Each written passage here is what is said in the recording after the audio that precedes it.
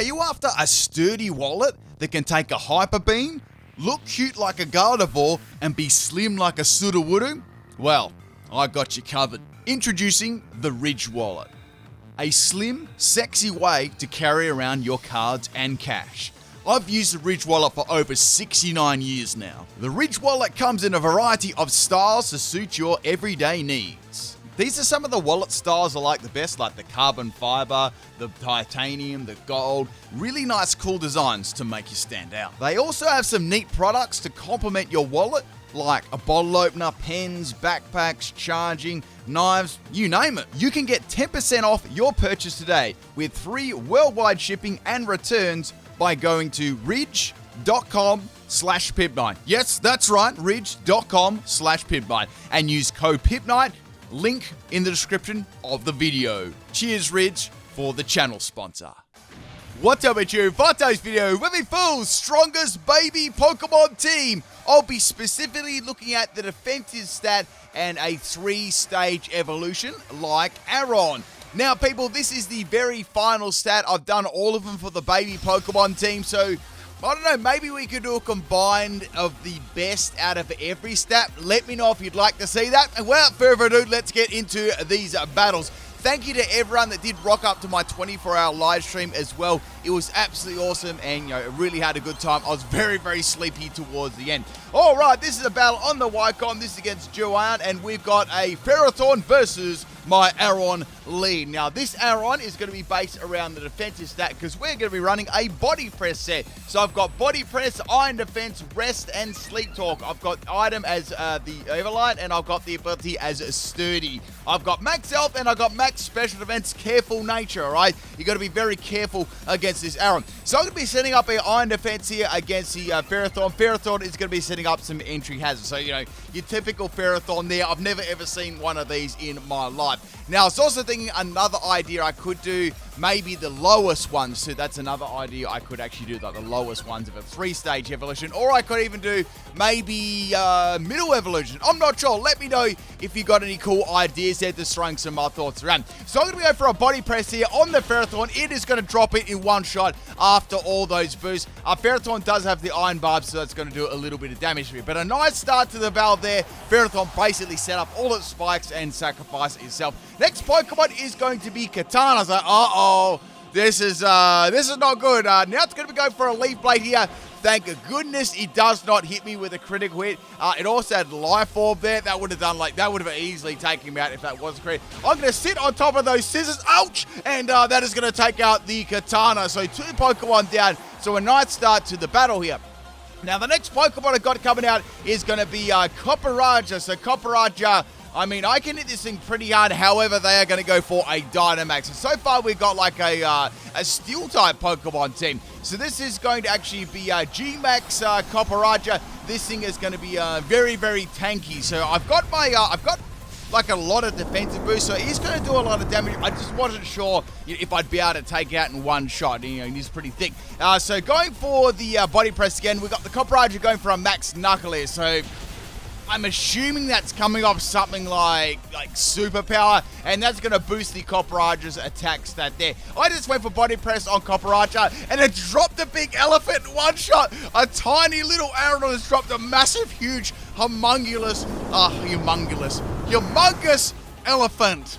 Amazing. So next Pokemon is going to be the Melmetal, and Melmetal is going to be nice and shiny too. I'm going to go for a body press here, speeding it. Not that Melmetal is very fast, and Melmetal goes down as well. That's 4 Pokemon. We're getting an Aron sweep at the moment, people, and yes, I have done a Aron sweep for level 1. Next Pokemon is going to be Magnezone. I'm in the zone. Magnezone I was a little bit worried about because it is going to go for a special attack. I am max health, max special with defense, and I managed to live on, and I got that body press off there against a Magnezone, and it's going to get KO'd in one shot. So I've got a Aron sweep.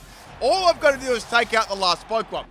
Now, this was pretty funny. So, in comes the Corviknight here. I've got to say, shiny Corviknight looks very, very nice. And Corviknight's going to go for a Brave Bird. I'm like, well, that, is going to get resisted at least. I should be able to live this. And it only did 2 damage. So, we got the Aron going for another body press there. They got a thumping, 1 health in Brave Bird Recall. And that is a nice 2-hit KO. Now, watch this. This is This is very, very funny. So the Corviknite's going to have that leftovers recovery right now. It's going to go for Roost this time. Now, the problem about Corviknight going for Roost trying to stall me out here is it's actually going to remove its flying type for this turn and make Corviknight just a steel type, resulting in a super effective hit.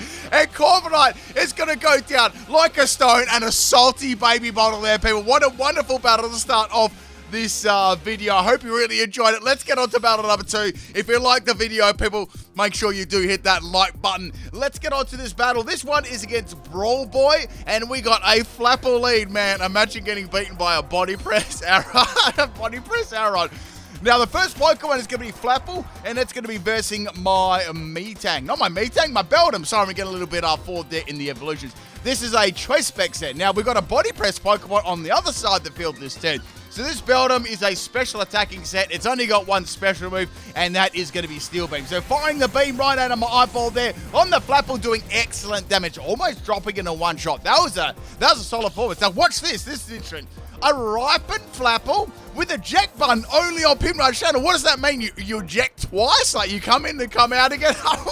What is this? Next Pokemon's going to be Crocodile here. It's looking fresh. It's looking shiny. It's going to go for a Thief, and it's going to drop my Beldum. So, oh, I've got a really bad feeling about this, that it's going to be Moxie Ability. And, of course, it is Moxie Ability. Uh-oh. This is very, very bad. Now, my next Pokemon I'm going to bring it out is going to be Rock'n'Roller. Now, I've got Explosion, Stealth Rock, Stone Miss, and Body Press. Another Body Press set. I try to make these kind of based around defense, and, as we're doing a defensive team. So, the EV spread for this one was Max Attack and Max Defense at Adam Nature.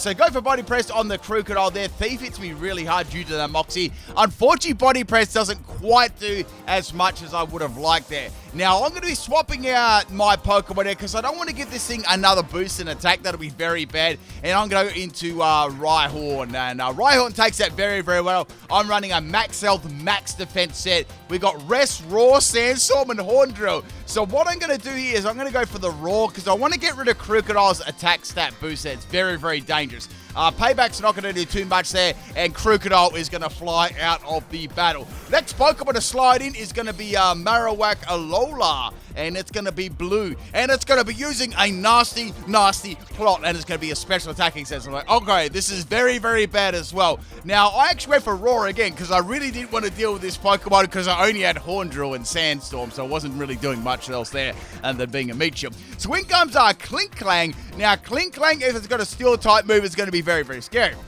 Now, the first move that Klinklang is going to be doing is going for a shift gear, taking things up a gear, people, so boosting its attack and its speed by 2. I went for a Horn Drill there. Horn Drill is going to miss, and now it's going to be a special set going for Hyper Beam. So I guess they use shift gear to boost their speed, but it turned out to be a special set. So, props to my opponent for that. I went for Horn Drill here, and it's going to land on the Klinklang, and Klinklang is going to be fainting in one shot. So we've had a Ripen eject button Flapple so far, and a Thief Crocodile with Moxie, and we've had a Hyper Beaming Klinklang.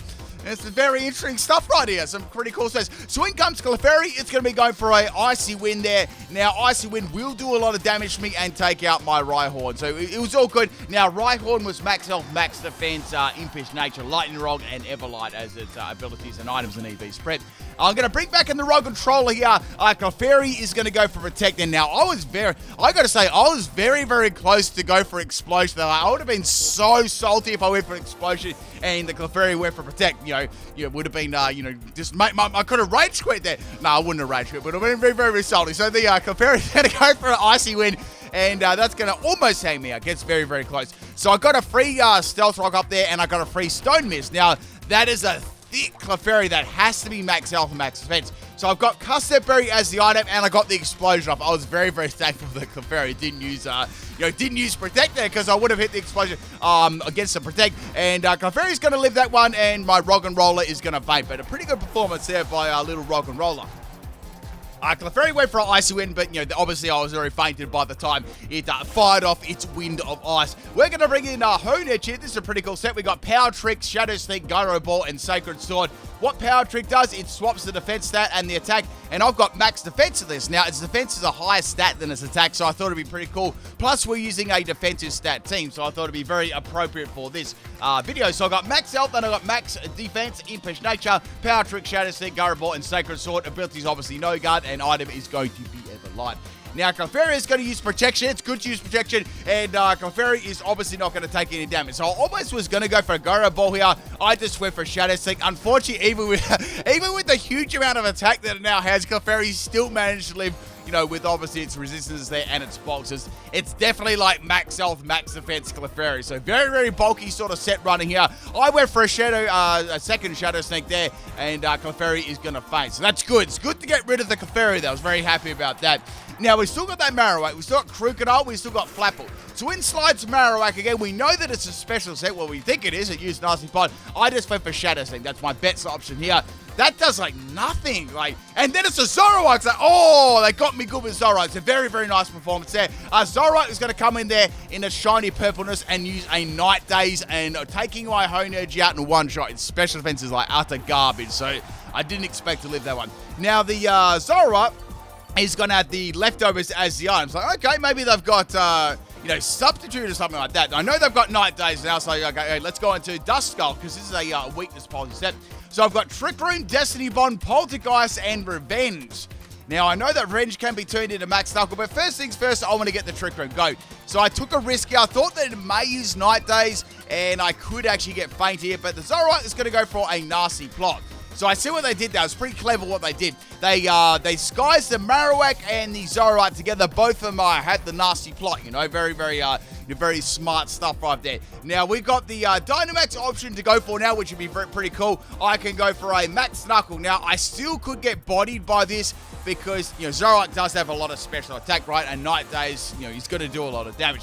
Now, this Dust Skull set, this was a max health set, and I've got max health, and I've got split defenses, and I've got levitate. So the item is going to be weakness policy. So I was sort of hoping that the weakness policy would be activated, and then I could try and get that physical sweep going under the Trick Room. So going firstly against the Zoroark, I've got the max knuckle coming off Revenge. That does some great damage there, but obviously it's not going to take Zoroark out. Now, Zoroark, instead of using a special move, uses Foul Play, and it still does a lot of damage to me. That would have easily taken him out in one shot if I didn't Dynamax.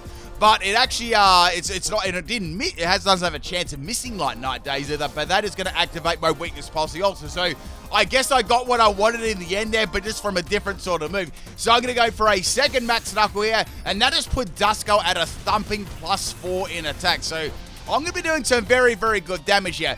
Now, there's something pretty funny happening here. So the Zoroark is going to fight. So we got the Marowak left, and we got the Crocodile and the Flapple left. Now, the next Pokemon here is going to be Flapple.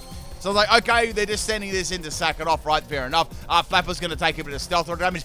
Then they Dynamax their Flapple. I'm like, wait, they did this? Maybe they're going to try and use Max Guard 3 times in a row and live rent-free in my mind like that. Blissey, I don't know. I'm not sure what's going to happen here. So it's going to be the G-Max Flapple. And it's going to fling lots of custard everywhere when it attacks. That's a lot of custard when you think about it. Now, Flapple's going to go for a Max Guard here. Let's see, look at that custard. It went everywhere. You'd be absolutely covered in it. So that's one turn there. Also, I know what they're trying to do. They're trying to stall the Tricker out too, and my Dynamax. So doing two things at once. So the funny thing is, well, I'm going to go for Poltergeist. Wait, I can't do Poltergeist because I don't have an item. But if I go for Revenge, I'm going to go second. So it was actually a double Max Guard, but that one failed when I did the Poltergeist. I was like, oh, that was pretty funny. So this turn, I'm going to go for the Trick Room. And that's the only unfortunate thing about having Poltergeist and Weakness Policy. When you get out of Dynamax, you don't, if that's your only stab move, well, you got to use something else, right? It's pretty funny. So now I went for the Revenge here. It's the only move I could use against Flapple. Flapple is going to finish me off here with a Dragon Rush. So it's an absolute disaster there. I guess the Weakness Policy really did backfire against me, and under Trick Room is horrendous. But that was really the only way I could boost Duskull's attack there with Max Knuckle. So bringing in the trusty Aeron again, and I'm going to finish off the Flapple there because the Trick Room is still up at the moment. So bye-bye Flapple. We got 2 more Pokemon. Next Pokemon is the Thieving Crocodile. that you've seen earlier on in the game with Moxie. So like, I definitely cannot let this thing get Moxie up. Let's get an Iron Defense up like the first battle. I might be able to sweep. Well, I can't really do much to the Marowak, but let's see if we get some damage on this thing anyway, right? So here comes the Thief here. Body Press is going to be doing some really, really good damage. I didn't even run this Aaron as max health, max defense. Like, it would have been doing, like, way more damage if I did that. I sort of gave it some on the special side so I could, you know, maybe live a special attack kind of badly, especially if it was, like, super effective or 4 times super effective.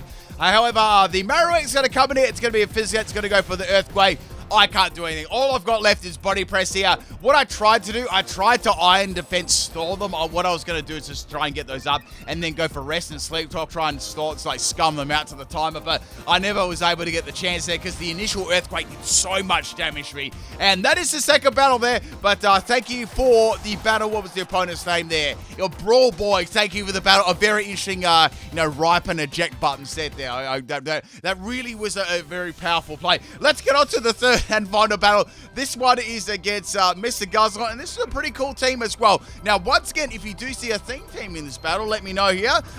Maybe there was. Definitely, I don't think the first two were, but maybe this one. So, first Pokemon is going to be Stunky. Now, you don't see Stunky very often. It's quite a rare Pokemon to see, quite a forgotten. No, I guess it's not really a liked Pokemon too much. So, Hone Edge is going to get hit very, very hard there. I've got my Power Trick up. I'd like to go for a Gyro Ball here, but I can't because it's going to outspeed me in one shot, you know. It's got a special Dark type move, and it's got a special Fire type move being Flamethrower. So Hone Edge pretty much got countered there, especially because I'm running a defensive sort of team too. So I need to take this thing out. Now, looking at the rest of my team, like, wow, I could go for Explosion here, maybe, with Rock and Roller or something like that. So the Stunky's going to go for a Dank Pulse here. Now, since most of my sets aren't really that great on the special defensive side, this thing was doing like a lot of damage. So I set the Stealth Rock up there, and since I've got the Sturdy and the Custo Berry, I can get a free Explosion off here. So I managed to get an Explosion off here. Will it take the Stunky out once? I was like, well, I don't really know. I mean, I do have max attack, but Stunky does have a fair bit of bulk to it. It's got a lot of health though, but it's going to actually faint it, which is really good. Like, maybe if it was Everlight, or maybe, I reckon it was definitely max special attack. I don't know whether it was Everlight though. Our next Pokemon is Magikarp, and it's called Doing Nothing. So this is a good matchup. I Beldum versus Magikarp. This is the pinnacle of content here. So Magikarp is going to go for a splash. Nothing's going to happen, and I'm just going to fire off Steel Beam because I was like, well, I've got nothing to do. Let's see how much this does to Magikarp. And Magikarp still faints to a Steel Beam resistant, and bye-bye Magikarp, and I say bye-bye to half of my health there, which is, it's all right. It's a good trade-off to take a Magikarp. Very powerful Pokemon. So in comes Whack-A-Pingus. That's a very naughty name. I fired off a Steel Beam right at the Pingus, and obviously it's going to fake me, and the Pikachu is going to take 2 damage, but I couldn't have done much there. I don't really know what sort of set this is going to be. So it turned out he's going to be using Mirror Codes. Like, I see, fair enough. So the Pikachu is very bulky, right? So I thought, there's only going to be one way for me to try and take this out. I have to land a Horn Drill. That's my only way. I'm looking at the rest of my team. Is it in a doubt? Is it unaware? Like, this is nasty, right? So it's got Counter, it's got Mirror Coat, and it's got Toxic. I want to bet that it probably has Recover as its other move too, so there's no way I'm going to be able to get around this. Like, Rhyhorn is the only option. I have to land this Horn Drill. So go for Horn Drill again here, and it lands on the Pikachu, which is excellent. So Whack-A-Pingus is going to get whacked by a Horn. So bye-bye Pikachu. I'm definitely not sad to see that go. It's so tanky. I wish they'd give Pikachu some more moves. It's a cool Pokemon that, I know, I just wish they'd give it some more offensive moves. It's sort of in the realms of, like, Wobbuffet, So in comes Pintail on Deke. I like pin the tail on Donkey, but pin the tail on Donkey Kong. I get it. Very nice though. So this is going to be a grassy terrain Solar Beam set. Pretty cool. It's going to charge up right there, and it's going to have a Power Whip. So that's all going to happen at once on my Rhyhorn. No way Rhyhorn is going to, like, even if I was at max health. Wait, no, I'm almost at max health, but I was never going to live that attack. No way. Rhyhorn's special defense is utter garbage. Now, my only hope here, I'm looking at my team right now. I'm thinking, well, I've got Duskull and I've got Aaron. So I'm going to try and get some Iron Defense up here. I really don't know how much this is going to do. So the Rillaboom is going to set up the Sunny Day. So, okay, I see what they've got. They got Sunny Day and they've got Solar Beam. So they can fire their Solar Beam off straight away. Fair enough. So it's interesting having Power Herb and Sunny Day. They really want to get that Solar Beam happening. I understand. Like, that's a good meme. So the Rillaboom's going to get some more recovery from the grassy terrain. Now it's going to go for Solar Beam on my Aron. Now, Aron, as mentioned before, at least was max special defense, and it did have Everlight too. So I thought, well, I might be able to take this like okay, considering Rillaboom's special attack isn't the greatest, but man, it still did so much damage to me. I possibly could live another one after a grassy terrain, if that was a max damage roll. If it was mint damage, yeah, it's going to be a problem. But I do have a chance of still living this. Not a very high one, but I still am going to give it a go. So the Rillaboom is going to go for another Solar Beam here against my little Aron. So Aron, I was thinking, I hope I can get one more. It would be great to get one more body press up against this run. So here comes the Solar Beam. I lived on 8 health. So I was like, great, that's awesome. I'm not going to take Rillaboom out in one shot, of course, but I'm going to do some really, really good damage to it. So I'm going to be fainting, this turn. Now, there's still 2 more Pokemon left. I was kind of curious, what those Pokemon were going to be doing. So now the Rillaboom is going to go for an Earth Spout. No one going to be leaving that. I've only got a little bit of health there. It was also a critical hit too. So bye-bye Aron. Now I've got one more Pokemon left, and it is going to be the Duskull. Now I'm thinking about Rillaboom's moves. I'm like, I don't think this has a chance of activating Weakness Pulse here. Like, their chances of that are very, very slim, unless it's like a mix set with like, Darkest Lair, knockoff, something like that. The Rillaboom's going to go for a Growth in the Sun. I'm like, oh, damn, that's really bad, because the Growth is going to be a sharp race instead of +1, so it's going to be +2. The only good thing about that was the sun did end, so since it only has Solar Beam as its attacking move, it's going to need 1 turn to charge up that beam. So I went for the Trick Room this turn. I had to go straight for Dynamax here because, Solar Beam +2 from Rillaboom was going to hit me really hard. I guess the only good thing is there wasn't any sun, and the grass had gone away too. I believe it's gone away. So the Duskull now can go for Max Knuckles. That's my only way here to get some good damage. And I need to get some good damage against, there's like one Pokemon I wasn't really sure how much I could actually do to it. So go for Max Knuckle. It's going to take like 2 of them to take Rillaboom out here. And now Rillaboom is going to obviously be charging its Solar Beam up this turn. So that's good. I'm very, very glad, because that Solar Beam, I don't say it wouldn't have taken me out, but it would have done, I reckon, close to half my health there, pretty much. So go for the second Max Knuckle, and that is going to be the end of the Rillaboom. Has anyone ever played Pin the Tail on the Donkey before? I've actually never played that game, seriously. What you do, if you don't know what the game is there, what you do is you get blindfolded, and someone ties a blindfold around your face, then they spin you around 69 times, and then you've got the tail right, and you've got to pin it on the donkey's bum, basically. And sometimes you'll get it right, you'll get it smack bang, fresh right on that backside, but sometimes you'll put the pin straight in its eyeball or its mouth or something like that. Good times. I've seen it. I've actually seen it being played, but I've never actually played it myself. Anyway, back to the battle there. That's the question today. Have you played Pin the Tail on the Donkey? So that's going to be the end of Dynamax here. Jigglypuff is the next Pokemon. Jigglypuff is now going to go for a Stockpile. So like, oh no, this is very, very bad. I can't really do anything to this outside of Revenge, and I don't know what sort of moves this actually has too. So it's got Stockpile so far, so it's going to be a bulky set.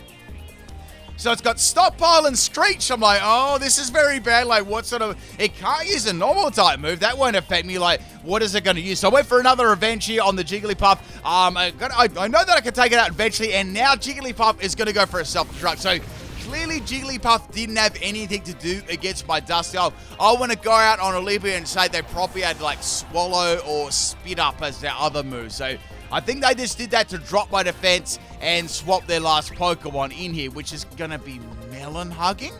Yeah, like sometimes you got to do some melon hugging, people, if you know what I mean. So in comes, you don't see the Steenie very often. I'm going to set the Trick Room up here. So I want to get that speed advantage against this little Pokemon. So Steenie's going to go for a Charm there, and I can see that it's got the Everlight. At least I can use Poltergeist against it. Poltergeist still does a lot of damage there. That was very, very impressive. Now the Steenie is going to go for Aqua Pressure, randomly raising his stats. Like, okay, I wonder what this is going to do. And it actually gets a speed boost there, which is very, very good, because that's not going to really affect me at all. It didn't get a defensive boost, and Steenie is going to be going down there to my last Poltergeist. And that's pretty much it. That's the end of the battle with the overpowered defensive Pokemon team. Hope you enjoyed it, people. Peace out.